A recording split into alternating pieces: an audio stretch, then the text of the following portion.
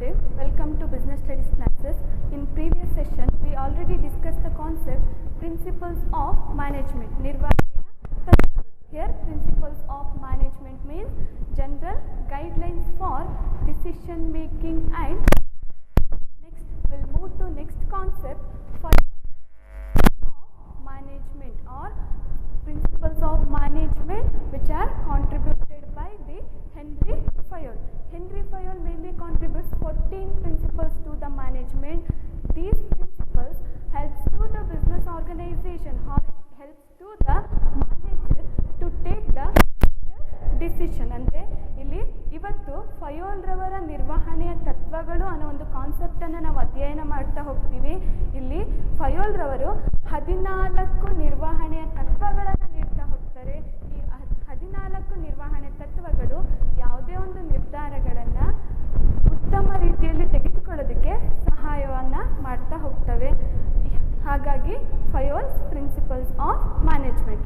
ಮೊದಲಿಗೆ ಫಯೋಲ್ ರವರು ಏನಾಗಿದ್ರು, ಅವರು ಯಾವ ಒಂದು ಆಧಾರದ ಮೇಲೆ ಈ 14 ನಿರ್ವಹಣೆಯ ತತ್ವಗಳನ್ನು ನೀಡಿದ್ರು ಅನ್ನೋದನ್ನು ತಿಳ್ಕೊತಾ ಹೋಗೋಣ. ಫಯೋಲ್ ರವರು ಬೇಸಿಕಲಿ ಈಸ್ ಮೈನಿಂಗ್ ಇಂಜಿನಿಯರ್ ಆಗಿ ಕೆಲಸವನ್ನು ಮಾಡಿದಂಥವರು.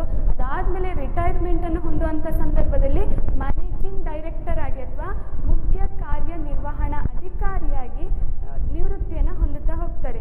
ಅವರು ತಮ್ಮ ಕೆಲಸದ ಸ್ಥಳದಲ್ಲಿ ಅಥವಾ ಅವರು ಒಂದು ಕೆಲಸದ ಸಂದರ್ಭದಲ್ಲಿ ಪಡೆದುಕೊಂಡಿರುವಂತಹ ಅನುಭವದ ಆಧಾರದ ಮೇಲೆ ಈ 14 ನಿರ್ವಹಣೆ ತತ್ವಗಳನ್ನು ನೀಡ್ತಾ ಹೋಗುವಂಥದ್ದು. ಹಾಗಾಗಿ ಫಯೋಲ್ ರವರನ್ನು ಪ್ರಮುಖವಾಗಿ ಸಾಮಾನ್ಯ ನಿರ್ವಹಣೆಯ ಪಿತಾಮಹ ಅಂತ ಹೇಳಿ ಕರೀತಾ ಹೋಗ್ತಾರೆ. Fayol he is called as an father of general ಮ್ಯಾನೇಜ್ಮೆಂಟಿನ ಫಾದರ್ ಆಗಿ ಹೆನ್ರಿ ಫಯೋಲ್ ರವರನ್ನು ಕನ್ಸಿಡರ್ ಮಾಡ್ತಾ ಹೋಗ್ಬೋದು. ಸಾಮಾನ್ಯ ನಿರ್ವಹಣೆಯ ಪಿತಾಮಹ ಎಂದು ಹೆನ್ರಿ ಫಯೋಲ್ ರವರನ್ನು ಕರೀತಾ ಹೋಗುವಂಥದ್ದು. ಇವರು 14 ನಿರ್ವಹಣೆ ತತ್ವಗಳನ್ನು ಅವರ ಒಂದು ಪುಸ್ತಕವಾಗಿರುವಂಥದ್ದು ಇಂಡಸ್ಟ್ರಿಯಲ್ ಆ್ಯಂಡ್ ಜನರಲ್ ಮ್ಯಾನೇಜ್ಮೆಂಟ್ ಅಥವಾ ಸಾಮಾನ್ಯ ಮತ್ತು ಔದ್ಯೋಗಿಕ ನಿರ್ವಹಣೆ ಅನ್ನೋ ಒಂದು ಪುಸ್ತಕದಲ್ಲಿ ಈ 14 ನಿರ್ವಹಣೆಯ ತತ್ವಗಳನ್ನು ನೀಡ್ತಾ ಹೋಗ್ತಾರೆ. ಮೊದಲಿಗೆ first principle of management which is contributed by the Henri Fayol ರವರು ನೀಡಿರುವಂತಹ ಮೊದಲನೇ ಒಂದು ನಿರ್ವಹಣೆಯ ತತ್ವ ಅಂತ ಹೇಳಿದರೆ ಡಿವಿಷನ್ ಆಫ್ ವರ್ಕ್ ಅಥವಾ ಶ್ರಮ ವಿಭಜನೆಯ ತತ್ವ. ಇಲ್ಲಿ ಶ್ರಮ ವಿಭಜನೆಯ ತತ್ವ ಅಂತ ಹೇಳಿದರೆ ಯಾವುದೇ ಒಂದು ವ್ಯವಹಾರ ಸಂಸ್ಥೆಯಲ್ಲಿ ಹಲವಾರು ಕೆಲಸಗಳನ್ನು ನಾವು ನೋಡ್ತಾ ಹೋಗ್ಬೋದಲ್ವಾ. ಅದು ಉತ್ಪಾದನಾ ಕೆಲಸಗಳಾಗಿರ್ಬೋದು, ಖರೀದಿಯ ಕೆಲಸ ಆಗಿರ್ಬೋದು, ಮಾರಾಟದ ಕೆಲಸ ಆಗಿರ್ಬೋದು ಅಥವಾ ಹಣಕಾಸಿನ ಕೆಲಸ ಆಗಿರ್ಬೋದು. ಈ ಎಲ್ಲ ಕೆಲಸಗಳನ್ನು ಹಲವಾರು ಭಾಗಗಳಾಗಿ ವಿಂಗಡಣೆಯನ್ನು ಮಾಡ್ತಾ ಹೋಗಬೇಕು, ಗ್ರೂಪ್ ಆಗಿ ಡಿವೈಡ್ ಮಾಡ್ತಾ ಹೋಗಬೇಕು. Production department, sales department, finance department, marketing department, purchase department, ಈ ರೀತಿಯಾಗಿ ವಿಂಗಡಣೆಯನ್ನು ಮಾಡ್ತಾ ಹೋಗಬೇಕು. ವಿಂಗಡಣೆಯನ್ನು ಮಾಡಿ ಆದಮೇಲೆ ಅಲ್ಲಿರುವಂತಹ ನೌಕರರಿಗೆ ಅಥವಾ ಅಲ್ಲಿರುವಂತಹ ಉದ್ಯೋಗಿಗಳಿಗೆ ಅವರ ಆಸಕ್ತಿಗೆ ಅನುಗುಣವಾಗಿ ಅಥವಾ ಅವರ ಒಂದು ವಿದ್ಯಾರ್ಹತೆಗೆ ಅನುಗುಣವಾಗಿ ಕೆಲಸಗಳನ್ನು ವಹಿಸ್ಕೊಡ್ತಾ ಹೋಗಬೇಕು. ಈ ಒಂದು ವಿಚಾರವನ್ನು ಶ್ರಮ ವಿಭಜನೆಯ ತತ್ವದಲ್ಲಿ ಹೇಳ್ತಾ ಹೋಗುವಂಥದ್ದು. ಯಾವಾಗ ನೌಕರರಿಗೆ ತಮ್ಮ ಆಸಕ್ತಿಗೆ ಅನುಗುಣವಾಗಿ ಕೆಲಸಗಳು ಸಿಗ್ತಾ ಹೋಗುತ್ತೋ ಹಾಗೇನಾಗುತ್ತೆ, ಅವರ ಒಂದು ದಕ್ಷತೆಯ ಪ್ರಮಾಣ ಜಾಸ್ತಿ ಆಗ್ತಾ ಹೋಗುತ್ತೆ. ಯಾವಾಗ ಒಬ್ಬ ನೌಕರರ ದಕ್ಷತೆಯ ಪ್ರಮಾಣ ಹೆಚ್ಚಾಗ್ತಾ ಹೋಗುತ್ತೋ ಆಟೋಮೆಟಿಕ್ ಆಗಿ ಆ ಒಂದು ಸಂಸ್ಥೆಯ ಒಟ್ಟು ಉತ್ಪಾದನಾ ಪ್ರಮಾಣ ಜಾಸ್ತಿ ಆಗುತ್ತೆ. ಯಾವಾಗ ಸಂಸ್ಥೆಯ ಒಟ್ಟು ಉತ್ಪಾದನೆ ಪ್ರಮಾಣ ಜಾಸ್ತಿ ಆಗುತ್ತೋ ಆಗ ಹೆಚ್ಚಿನ ಪ್ರಮಾಣದಲ್ಲಿ ಲಾಭವನ್ನು ಗಳಿಸೋದಕ್ಕೆ ಸಾಧ್ಯ ಆಗುವಂಥದ್ದು. ಇದು ಶ್ರಮ ವಿಭಜನೆಯ ತತ್ವ. Division of work means work should be divided into small units and assign the works to the employees or allot the work to the employees according to their qualification or according to their interest or according to their experience ಗೆ ತಕ್ಕ ಹಾಗೆ ವರ್ಕನ್ನು allot ಮಾಡ್ತಾ ಹೋಗಬೇಕು. This is the first principle of management contributed by the Henri Fayol.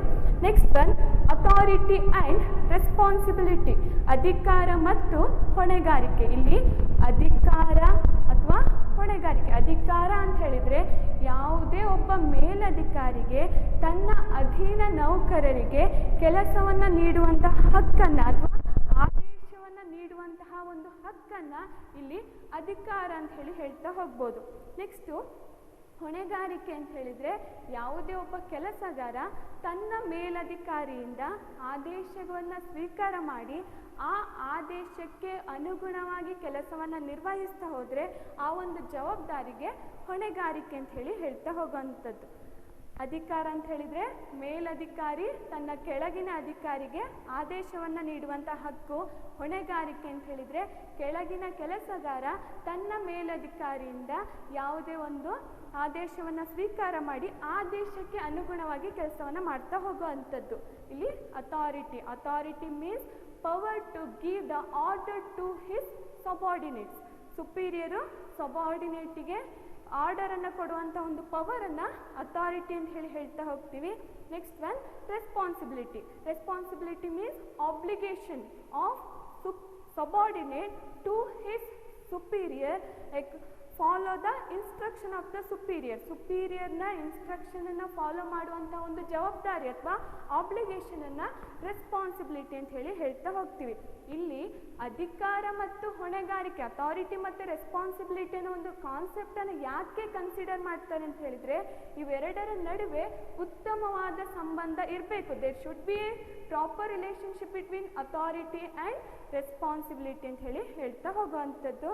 Next one discipline ಅಥವಾ ಶಿಸ್ತು ಅಂತ ಇಲ್ಲಿ ಶಿಸ್ತು ಅಂತ ಹೇಳಿದರೆ ಯಾವುದೇ ಒಂದು ವ್ಯವಹಾರ ಸಂಸ್ಥೆಯಲ್ಲಿ ಯಾವುದೇ ಒಂದು ಸಂಘಟನೆಯಲ್ಲಿ ಕೆಲಸ ಮಾಡುವಂತಹ ಸಂದರ್ಭದಲ್ಲಿ ಉದ್ಯೋಗಿಗಳು ತಮ್ಮ ಉದ್ಯೋಗದ ಒಪ್ಪಂದ ಆಗಿರ್ಬೋದು ಅಥವಾ ಸಂಸ್ಥೆಯಲ್ಲಿ ಇರುವಂತಹ ನೀತಿ ನಿಯಮಗಳಿಗೆ ಅವರು ವಿಧೇಯಕರಾಗಿ ಇರಬೇಕು.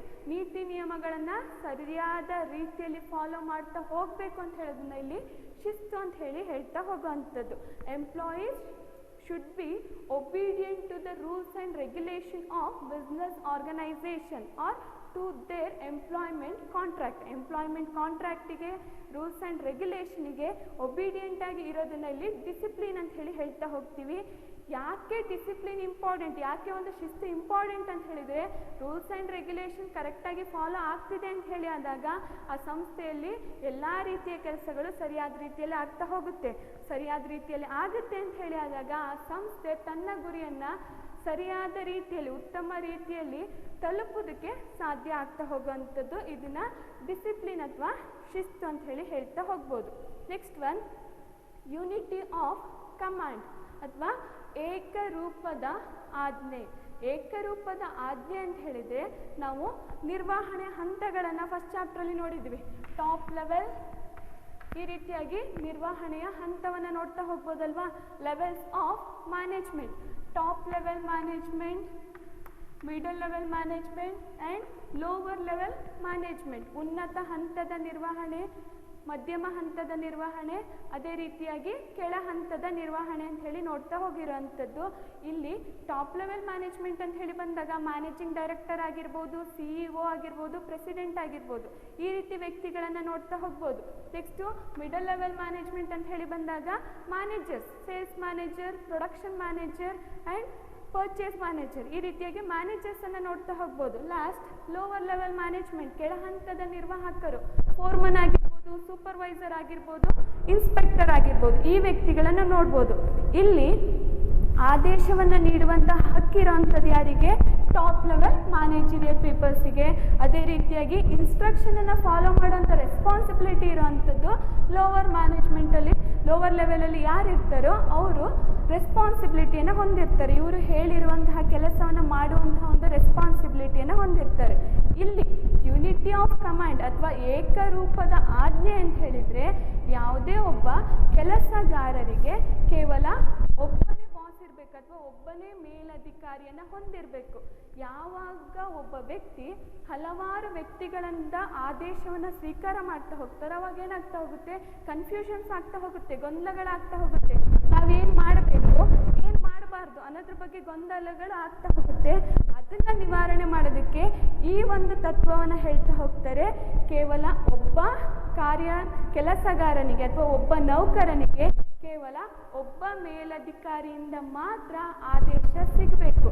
ಯಾವಾಗ ಹಲವಾರು ಮೇಲಧಿಕಾರಿಗಳು ಆದೇಶವನ್ನು ನೀಡ್ತಾ ಹೋಗ್ತಾರೋ ಆಗ ಗೊಂದಲಗಳು ಹೆಚ್ಚಾಗ್ತಾ ಹೋಗುತ್ತೆ. ಈ ಗೊಂದಲವನ್ನು ನಿವಾರಣೆ ಮಾಡೋದಕ್ಕೋಸ್ಕರ ಏಕರೂಪದ ಆಜ್ಞೆ ಈ ಒಂದು ತತ್ವವನ್ನು ಅನುಸರಿಸ್ತಾ ಹೋಗ್ಬೇಕು ಅಂತ ಹೇಳಿ ಫಯೋಲ್ರವರು ಹೇಳ್ತಾ ಹೋಗುವಂಥದ್ದು. Unity of command means there should be one boss for individual employee. ಒಬ್ಬ ಎಂಪ್ಲಾಯಿಗೆ ಒಬ್ಬ ಬಾಸ್ ಇರುವಂಥ ಒಂದು ಪ್ರೊಸೀಜರ್ಗೆ unity of command. Next one unity of direction, ಏಕರೂಪದ ನಿರ್ದೇಶನ. ಏಕರೂಪದ ನಿರ್ದೇಶನ ಅಂತ ಹೇಳಿದರೆ ಸಾಮಾನ್ಯವಾಗಿ ಸಂಸ್ಥೆಯಲ್ಲಿ ಕೆಲಸ ಮಾಡುವಂತಹ ಸಂದರ್ಭದಲ್ಲಿ ಹಲವಾರು ಗುಂಪುಗಳನ್ನು ನೋಡ್ತಾ ಹೋಗ್ಬೋದು. ಫಾರ್ ಎಕ್ಸಾಂಪಲ್ ಇವಾಗ ಪ್ರೊಡಕ್ಷನ್ ಡಿಪಾರ್ಟ್ಮೆಂಟ್ ಅಂತ ಹೇಳಿ ಬಂದಾಗ ಅದನ್ನ ಒಂದು ಗುಂಪು ಅಂತ ಹೇಳಿ ಕನ್ಸಿಡರ್ ಮಾಡ್ತಾ ಹೋಗ್ಬೋದಲ್ವಾ. ಯಾವುದೇ ಒಂದು ಗುಂಪು ಆಯಿತು, ಒಂದು ಟೀಮ್ ಆಗಿದೆ ಅಂತ ಹೇಳಿ ಆದಾಗ ಅಲ್ಲಿ ಒಬ್ಬ ಲೀಡರ್ನ ಅವಶ್ಯಕತೆಯನ್ನು ನಾವು ನೋಡ್ತಾ ಹೋಗ್ಬೋದು. ಒಬ್ಬ ಗುಂಪಿನ ನಾಯಕನ ಅವಶ್ಯಕತೆಯನ್ನು ನಾವು ನೋಡ್ತಾ ಹೋಗ್ತೀವಿ. ಯಾವಾಗ ಒಂದು ಗುಂಪಿಗೆ ಒಬ್ಬ ನಾಯಕ ಇರ್ತಾನೋ ಆ ನಾಯಕ ಯಾವುದೇ ಒಂದು ಆದೇಶವನ್ನು ನೀಡುವಂತಹ ಸಂದರ್ಭದಲ್ಲಿ, ಸಲಹೆ ಮತ್ತು ಸೂಚನೆಗಳನ್ನು ನೀಡುವಂಥ ಸಂದರ್ಭದಲ್ಲಿ ಎಲ್ಲ ಸದಸ್ಯರಿಗೂ ಕೂಡ ಒಂದೇ ರೀತಿಯ ಆದೇಶವನ್ನು ನೀಡಬೇಕು ಅಂತ ಹೇಳಿ ಹೇಳೋಂಥದ್ದನ್ನು ಏಕರೂಪದ ನಿರ್ದೇಶನ ಅಂತ ಹೇಳಿ ಹೇಳ್ತಾ ಹೋಗುವಂಥದ್ದು. ಅರ್ಥ ಆಗ್ತಿದೆಯಾ? Unity of direction means in case of organization, team lead by the leader and leader should give the common direction to all the group members. ಎಲ್ಲ ಗ್ರೂಪ್ ಮೆಂಬರ್ಸ್ಗೂ ಕೂಡ ಕಾಮನ್ ಡೈರೆಕ್ಷನನ್ನು ಪ್ರೊವೈಡ್ ಮಾಡ್ತಾ ಹೋಗಬೇಕು ಅಂತ ಹೇಳೋದನ್ನ ಯೂನಿಟಿ ಆಫ್ ಡೈರೆಕ್ಷನ್ ಅಂತ ಹೇಳಿ ಹೇಳ್ತಾ ಹೋಗುವಂಥದ್ದು. Next one subordination of individual interest to general interest or group interest. ವೈಯಕ್ತಿಕ ಆಸಕ್ತಿಯನ್ನು ಸಾಮಾನ್ಯ ಆಸಕ್ತಿಗೆ ಅಧೀನಗೊಳಿಸುವುದು. ಇಲ್ಲಿ ವೈಯಕ್ತಿಕ ಆಸಕ್ತಿಯನ್ನು ಸಾಮಾನ್ಯ ಆಸಕ್ತಿಗೆ ಅಧೀನಗೊಳಿಸುವುದು ಅಂತ ಹೇಳಿದರೆ ಯಾವುದೇ ಒಂದು ಸಂಸ್ಥೆಯಲ್ಲಿ ಹಲವಾರು ನೌಕರರು ಕೆಲಸವನ್ನು ಮಾಡ್ತಾ ಹೋಗ್ತಾರೆ, ಹಲವಾರು ವ್ಯಕ್ತಿಗಳು ಕೆಲಸವನ್ನು ಮಾಡ್ತಾ ಹೋಗ್ತಾರೆ. ಆ ಎಲ್ಲ ವ್ಯಕ್ತಿಗಳ ಒಂದು ಉದ್ದೇಶ ಒಂದೇ ರೀತಿಯಾಗಿ ಯಾವುದೋ ಒಬ್ಬ ವ್ಯಕ್ತಿ ಸಂಬಳಕ್ಕಾಗಿ ಕೆಲಸವನ್ನು ಮಾಡ್ತಾ ಹೋಗ್ಬೋದು, ಒಬ್ಬರು ತಮ್ಮ ಅನುಭವಕ್ಕೋಸ್ಕರ ಕೆಲಸವನ್ನು ಮಾಡ್ತಾ ಹೋಗ್ಬೋದು, ಅಥವಾ ಇನ್ಯಾವುದೇ ಒಂದು ಕಾರಣದಿಂದ ಕೆಲಸವನ್ನು ಮಾಡ್ತಾ ಹೋಗ್ಬೋದು. ನೌಕರರ ಉದ್ದೇಶ ಬೇರೆ ಬೇರೆ, ಆದರೆ ಸಂಸ್ಥೆಯ ಉದ್ದೇಶ ಒಂದೇ ಆಗಿರುವಂಥದ್ದು. ಒಂದು ಉತ್ಪಾದನಾ ಕೈಗಾರಿಕೆಯನ್ನು ಸ್ಥಾಪನೆ ಮಾಡಿದ್ದೀವಿ ಅಂತ ಹೇಳಿದರೆ ಏನಾಗುವಂಥದ್ದು, ಅಲ್ಲಿ ಲಾಭವನ್ನು ಗಳಿಸುವಂತಹ ಉದ್ದೇಶದಿಂದ ಉತ್ಪಾದನಾ ಕೈಗಾರಿಕೆಯನ್ನು ಸ್ಥಾಪನೆ ಮಾಡ್ತೀವಿ. ಸಂಸ್ಥೆಯ ಉದ್ದೇಶ ಒಂದೇ ಆಗಿರುತ್ತೆ, ಆದರೆ ನೌಕರರ ಉದ್ದೇಶ ಏನಾಗಿರುತ್ತೆ, ಹಲವಾರು ಉದ್ದೇಶಗಳನ್ನು ಹೊಂದಿರ್ತಾರೆ. ಇಲ್ಲಿ ಮ್ಯಾನೇಜರ್ನ ಕೆಲಸ ಅಥವಾ ನಿರ್ವಾಹಕರ ಕೆಲಸ ಏನು ಅಂತ ಹೇಳಿದರೆ ಆ ಎಲ್ಲ ನೌಕರರ ಉದ್ದೇಶವನ್ನು ಒಂದು ಉದ್ದೇಶವಾಗಿ ಪರಿಗಣನೆಯನ್ನು ಮಾಡ್ತಾ ಹೋಗುವಂಥದ್ದು ಅಥವಾ ಅದನ್ನು ಕನ್ವರ್ಟ್ ಮಾಡುವಂತಹ ಕೆಲಸವನ್ನು ನಿರ್ವಾಹಕರು ಮಾಡ್ತಾ ಹೋಗ್ತಾರೆ. ಸಂಸ್ಥೆಯ ಗುರಿಯ ಪರವಾಗಿ ಕೆಲಸವನ್ನು ಮಾಡೋ ರೀತಿಯಲ್ಲಿ ಮಾಡುವಂತಹ ಒಂದು ಜವಾಬ್ದಾರಿಯನ್ನು ನಿರ್ವಾಹಕರು ಹೊಂದಿರುವಂಥದ್ದು. ಇದನ್ನು ವೈಯಕ್ತಿಕ ಆಸಕ್ತಿಯನ್ನು ಸಾಮಾನ್ಯ ಆಸಕ್ತಿಗೆ ಅಧೀನಗೊಳಿಸುವುದು ಅಂತ ಹೇಳಿ ಹೇಳ್ತಾ ಹೋಗ್ಬೋದು. Subordination of individual interest to general interest means manager should grouping the efforts of different individuals towards one objective or towards organizational goal called subordination of individual interest to general interest. Next one, remuneration of employees. ನೌಕರರ ಸಂಭಾವನೆ. ಸಾಮಾನ್ಯವಾಗಿ ನೌಕರರ ಉದ್ದೇಶ ಹಲವಾರು ಇರುತ್ತೆ ಅಂತ ಹೇಳಿ ಹೇಳ್ತಾ ಹೋದ್ವಿ. ಕೆಲವೊಬ್ರು ಅನುಭವ, ಕೆಲವೊಬ್ರು ತಮ್ಮ ಕಾಲ ಕಳೆದಕ್ಕಾಗಿರ್ಬೋದು, ಕೆಲವೊಬ್ರು ಸಂಬಳಕ್ಕಾಗಿರ್ಬೋದು, ಇಲ್ಲ ಕೆಲವೊಬ್ರು ತಮ್ಮ ಉದ್ದೇಶದಿಂದ ಕೆಲಸ ಮಾಡ್ಬೋದು.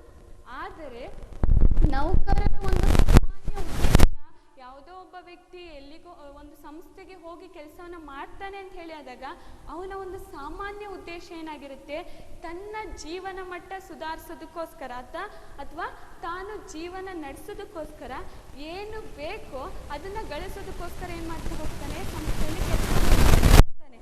ಹಾಗಾಗಿ ಇಲ್ಲಿ ಸಂಘಟನೆಯ ಜವಾಬ್ದಾರಿ ಏನು ಅಂತ ಹೇಳಿದರೆ ನೌಕರರಿಗೆ ಒಂದು ಸೂಕ್ತವಾದ ಸಂಬಳವನ್ನು ನೀಡ್ತಾ ಹೋಗಬೇಕು, ಸರಿಯಾದ ರೀತಿಯಲ್ಲಿ ಸಂಬಳವನ್ನು ನೀಡ್ತಾ ಹೋಗಬೇಕು.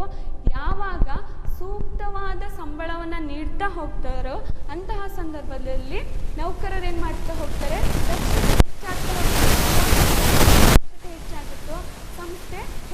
ಲಾಭವನ್ನು ಗಳಿಸೋದಕ್ಕೆ ಸಾಧ್ಯ ಆಗುತ್ತೆ, ಅಥವಾ ನೌಕರರಿಂದ ಒಂದು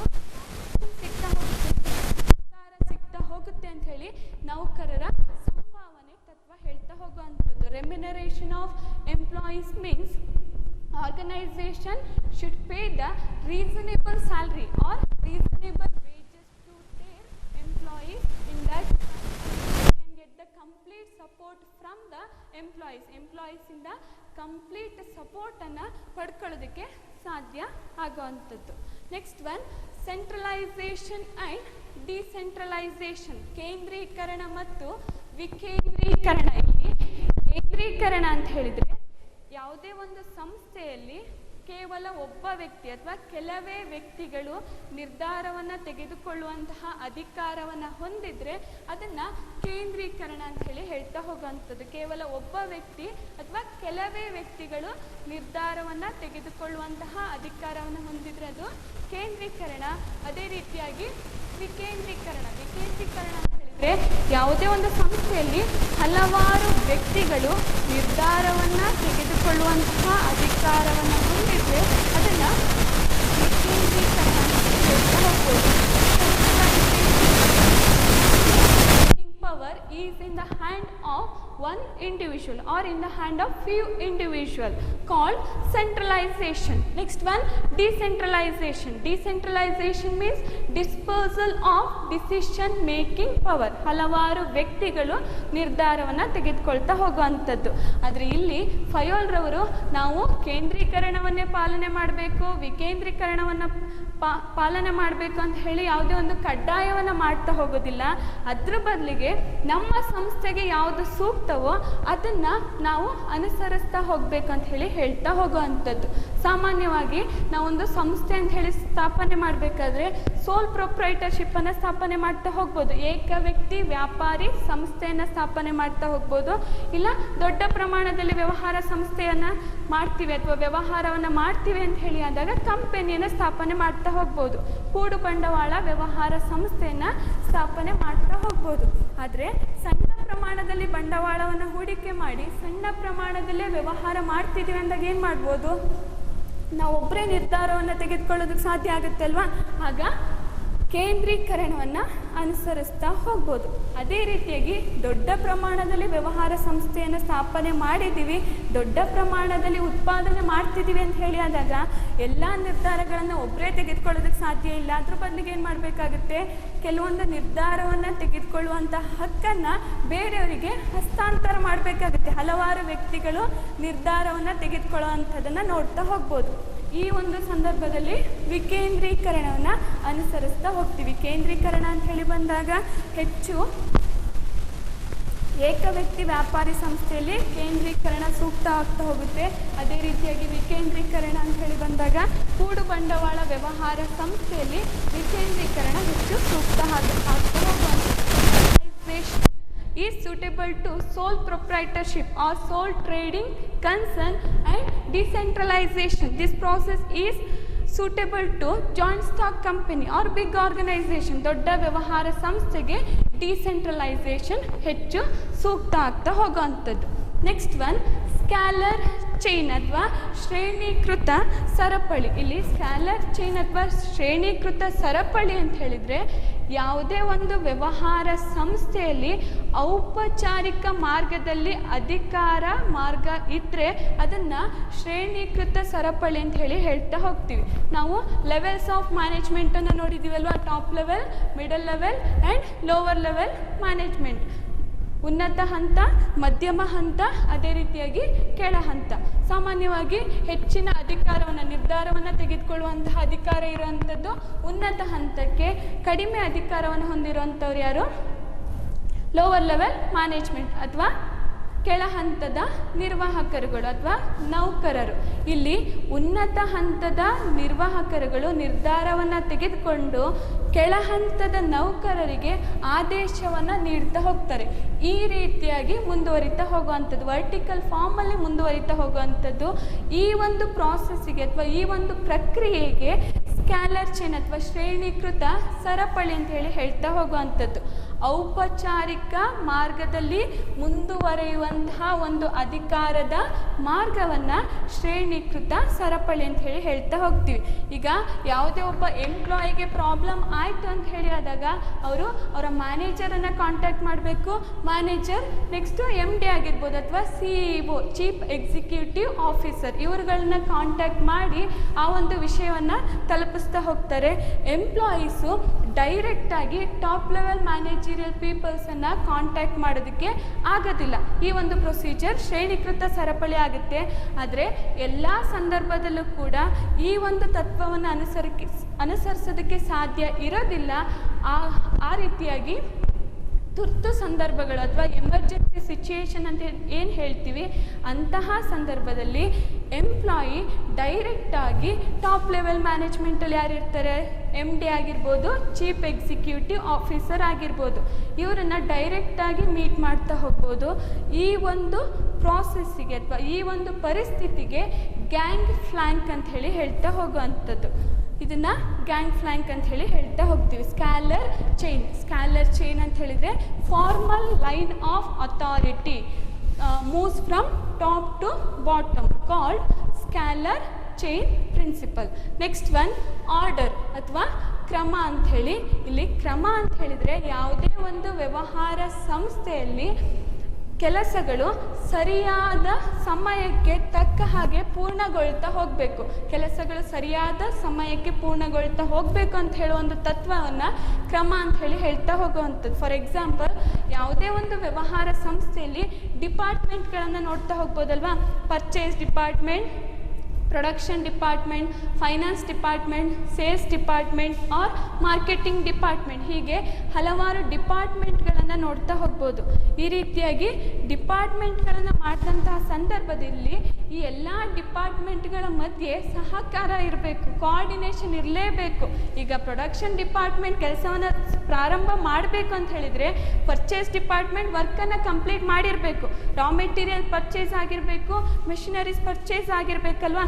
ಅದೇ ರೀತಿಯಾಗಿ ಸೇಲ್ಸ್ ಡಿಪಾರ್ಟ್ಮೆಂಟ್ ವರ್ಕನ್ನು ಸ್ಟಾರ್ಟ್ ಮಾಡಬೇಕು ಅಂತ ಹೇಳಿ ಆದಾಗ ಪ್ರೊಡಕ್ಷನ್ ಡಿಪಾರ್ಟ್ಮೆಂಟ್ ಆ ವರ್ಕನ್ನು ಕಂಪ್ಲೀಟ್ ಮಾಡಿರಲೇಬೇಕು. ಹಾಗಾಗಿ ಎಲ್ಲ ಕೆಲಸಗಳು ಕೂಡ ಸರಿಯಾದ ಸಮಯಕ್ಕೆ ಕಂಪ್ಲೀಟ್ ಆಗಬೇಕು, ಅದು ಪೂರ್ಣಗೊಳ್ಳಬೇಕು ಅಂತ ಹೇಳುವಂಥ ಒಂದು ತತ್ವವನ್ನು ಕ್ರಮ ಅಂತ ಹೇಳ್ತಾ ಹೋಗುವಂಥದ್ದು. Order means manager should complete each and every work in proper timings. He should maintain the proper timings ಅಂತ ಹೇಳ್ತಾ ಹೋಗುವಂಥದ್ದು. ನೆಕ್ಸ್ಟ್ ಒನ್ ಈಕ್ವಿಟಿ ಅಥವಾ ನ್ಯಾಯ ಅಥವಾ ಸಮತೆ ಅಂತ ಹೇಳಿ. ನ್ಯಾಯ ಅಥವಾ ಸಮತೆ ಅಂತ ಹೇಳಿದರೆ ಎಲ್ಲ ಒಂದು ನೌಕರರು ಅಥವಾ ಯಾವುದೇ ಒಂದು ವ್ಯವಹಾರ ಸಂಸ್ಥೆಯಲ್ಲಿ ನೌಕರರ ವಿಚಾರದಲ್ಲಿ ಯಾವುದೇ ಒಂದು ಭೇದ ಭಾವ ಇರಬಾರ್ದು ಅಂತ ಹೇಳಿ, ಅವರನ್ನು ಯಾವುದೇ ಒಂದು ವಿಚಾರಕ್ಕೆ ಸಂಬಂಧಪಟ್ಟ ಹಾಗೆ ಭೇದ ಭಾವದಲ್ಲಿ ನೋಡಬಾರ್ದು ಅನ್ನೋ ಒಂದು ತತ್ವವನ್ನು ನ್ಯಾಯ ಅಥವಾ ಸಮತೆ ಅಂತ ಹೇಳ್ತಾ ಹೋಗುವಂಥದ್ದು. ಇದು ಸಂಬಳವನ್ನು ಕೊಡುವಂಥ ವಿಷಯ ಅಥವಾ ಯಾವುದೇ ಒಂದು ಕೆಲಸಗಳನ್ನು ವಹಿಸುವಂಥ ವಿಷಯದಲ್ಲಿ ಭೇದ ಭಾವವನ್ನು ಮಾಡಬಾರ್ದು ಅಂತ ಹೇಳಿ ಅಲ್ಲ, ಅವರ ಒಂದು ದಕ್ಷತೆಗೆ ಅನುಗುಣವಾಗಿ ಅವರ ಒಂದು ಕೆಲಸಕ್ಕೆ ಅನುಗುಣವಾಗಿ ಸಂಬಳವನ್ನು ಕೊಡಬೇಕು. ಆದರೆ ಅವರ ಒಂದು ಭಾಷೆಗೆ ಅನುಗುಣವಾಗಿ ಅಥವಾ ಅವರ ಒಂದು ಧರ್ಮಕ್ಕೆ ಅನುಗುಣವಾಗಿ ಅಥವಾ ಅವರ ಒಂದು ಜಾತಿಗೆ ಅನುಗುಣವಾಗಿ ಅಥವಾ ಅವರೊಂದು ರಾಷ್ಟ್ರೀಯತೆಗೆ ಅನುಗುಣವಾಗಿ ಅವರಲ್ಲಿ ಭೇದ ಭಾವವನ್ನು ಮಾಡಬಾರ್ದು ಅಂತ ಹೇಳುವಂಥ ಒಂದು ತತ್ವವನ್ನು ನ್ಯಾಯ ಅಥವಾ ಸಮತೆ ಅಂತ ಹೇಳ್ತಾ ಹೋಗುವಂಥದ್ದು. Equity means all are each and every employee should treat equally, means there is no discrimination of employees in case of caste, creed or religion, nationality, language. This is called equity. Next one, stability of personnel ಅಥವಾ ಸಿಬ್ಬಂದಿ ಸ್ಥಿರತೆ. ಇಲ್ಲಿ stability of personal ಅಥವಾ ಸಿಬ್ಬಂದಿ ಸ್ಥಿರತೆ ಅಂತ ಹೇಳಿದರೆ ನಾವು ಯಾವುದೇ ಒಂದು ಸಂಸ್ಥೆಯಲ್ಲಿ ನೌಕರರ ಆವರ್ತನ ಅನ್ನೋ ಒಂದು ಪರಿಕಲ್ಪನೆಯನ್ನು ನೋಡ್ತಾ ಹೋಗ್ಬೋದು. ಇಲ್ಲಿ ನೌಕರರ ಆವರ್ತನ ಅಂತ ಹೇಳಿದರೆ ನೌಕರರ ಬದಲಾವಣೆ ಅಂತ ಹೇಳಿ, ನೌಕರರು ಒಂದು ಸಂಸ್ಥೆಯನ್ನು ಬಿಟ್ಟು ಇನ್ನೊಂದು ಸಂಸ್ಥೆಗೆ ಹೋಗುವಂತಹ ಕೆಲವೊಂದು ಪರಿಸ್ಥಿತಿಗಳನ್ನು ನೋಡ್ತಾ ಹೋಗ್ಬೋದು. ಯಾವಾಗ ಅವರಿಗೆ ಸರಿಯಾದ ಸಂಬಳ ಸಿಗೋದಿಲ್ವೋ, ಅದೇ ರೀತಿಯಾಗಿ ಸರಿಯಾದ ರೀತಿಯಲ್ಲಿ ಸೌಲಭ್ಯಗಳು ಸಿಗೋದಿಲ್ವೋ, ಸರಿಯಾದ ರೀತಿಯಲ್ಲಿ ಗೌರವ ಸಿಗೋದಿಲ್ವೋ, ಆಗ ನೌಕರರು ಒಂದು ಸಂಸ್ಥೆಯನ್ನು ಬಿಟ್ಟು ಇನ್ನೊಂದು ಸಂಸ್ಥೆಗೆ ಹೋಗಿ ಜಾಯಿನ್ ಆಗುವಂಥ ಒಂದು ಪ್ರಾಸೆಸನ್ನು ನಾವು ನೋಡ್ತಾ ಹೋಗ್ಬೋದಲ್ವಾ. ಇದನ್ನು ಇದನ್ನು ನೌಕರರ ಆವರ್ತನ ಅಂತ ಹೇಳಿ ಹೇಳ್ತಾ ಹೋಗ್ತೀವಿ. ಯಾವಾಗ ಒಬ್ಬ ನೌಕರರ ಬದಲಾವಣೆ ಆಗ್ತಾ ಹೋಗುತ್ತೋ, ನೌಕರರು ಬಿಟ್ಟು ಒಂದು ಸಂಸ್ಥೆಯನ್ನು ಬಿಟ್ಟು ಬೇರೆ ಸಂಸ್ಥೆಗೆ ಹೋಗ್ತಾರೋ ಆಗ ಆ ಸಂಸ್ಥೆಯಲ್ಲಿ ಆ ಒಂದು ಬೇರೆ ನೌಕರನ ನೇಮಕಾತಿಯನ್ನು ಮಾಡುವಂತಹ ಅವಶ್ಯಕತೆ ಇರುತ್ತೆ. ಯಾವಾಗ ನೇಮಕಾತಿಯನ್ನು ಮಾಡಬೇಕು ಅಲ್ಲಿ ವೆಚ್ಚಗಳು ಜಾಸ್ತಿ ಆಗ್ತಾ ಹೋಗುತ್ತೆ, ಆಯ್ಕೆಯ ಪ್ರಕ್ರಿಯೆ ಕ್ರಮಗಳು ಜಾಸ್ತಿ ಆಗ್ತಾ ಹೋಗುತ್ತೆ. ಈ ಒಂದು ವೆಚ್ಚಗಳನ್ನು ಕಡಿಮೆ ಮಾಡೋದಕ್ಕೋಸ್ಕರ ನೌಕರರ ಸ್ಥಿರತೆ ಪರಿಕಲ್ಪನೆಯನ್ನು stability of personnel means it is the responsibility of manager or it is the responsibility of organization minimize the level of employees turnover ಅನ್ನು ಕಡಿಮೆ ಮಾಡಬೇಕು ಅಂತ ಹೇಳಿ ಹೇಳ್ತಾ ಹೋಗುವಂಥದ್ದು. ನೆಕ್ಸ್ಟ್ ಒನ್ ಇನಿಷಿಯೇಟಿವ್ ಅಥವಾ ಮುಂತೊಡಗುವಿಕೆ. ಇನಿಷಿಯೇಟಿವ್ ಅಥವಾ ಮುಂತೊಡಗುವಿಕೆ ಅಂತ ಹೇಳಿದರೆ ಸ್ವಯಂ ಪ್ರೇರೇಪಣೆ ಅಥವಾ ಸೆಲ್ಫ್ ಮೋಟಿವೇಶನ್ ಅಂತ ಹೇಳಿ ಹೇಳ್ತಾ ಹೋಗ್ಬೋದು. ಮುಂತೊಡಗುವಿಕೆ ಅಂತ ಹೇಳಿದರೆ ಯಾವುದೇ ಒಂದು ಸಂಘಟನೆಯಲ್ಲಿ ಕೆಲಸಗಳನ್ನು ವಹಿಸುವಂತಹ ಸಂದರ್ಭದಲ್ಲಿ ನೌಕರರಿಗೆ ಕನಿಷ್ಠ ಸ್ವಾತಂತ್ರ್ಯವನ್ನು ನೀಡ್ತಾ ಹೋಗಬೇಕು. ಯಾವ ವಿಚಾರದಲ್ಲಿ ಅಂತ ಹೇಳಿದರೆ ಕೆಲಸಗಳನ್ನು ಆಯ್ಕೆ ಮಾಡುವಂತಹ ವಿಚಾರದಲ್ಲಿ, ತಮಗೆ ಯಾವ ಒಂದು ಕೆಲಸದಲ್ಲಿ ಆಸಕ್ತಿ ಇದೆ ಅಂತ ಹೇಳುವಂತಹ ವಿಚಾರದಲ್ಲಿ ನೌಕರರಿಗೆ ಕನಿಷ್ಠ ಸ್ವತಂತ್ರವನ್ನು ನೀಡಬೇಕು ಅಂತ ಹೇಳುವಂಥ ಒಂದು ತತ್ವವನ್ನು ಮುಂತೊಡಗುವಿಕೆಯ ತತ್ವ. Initiative means self-motivation or organization should give the minimum freedom to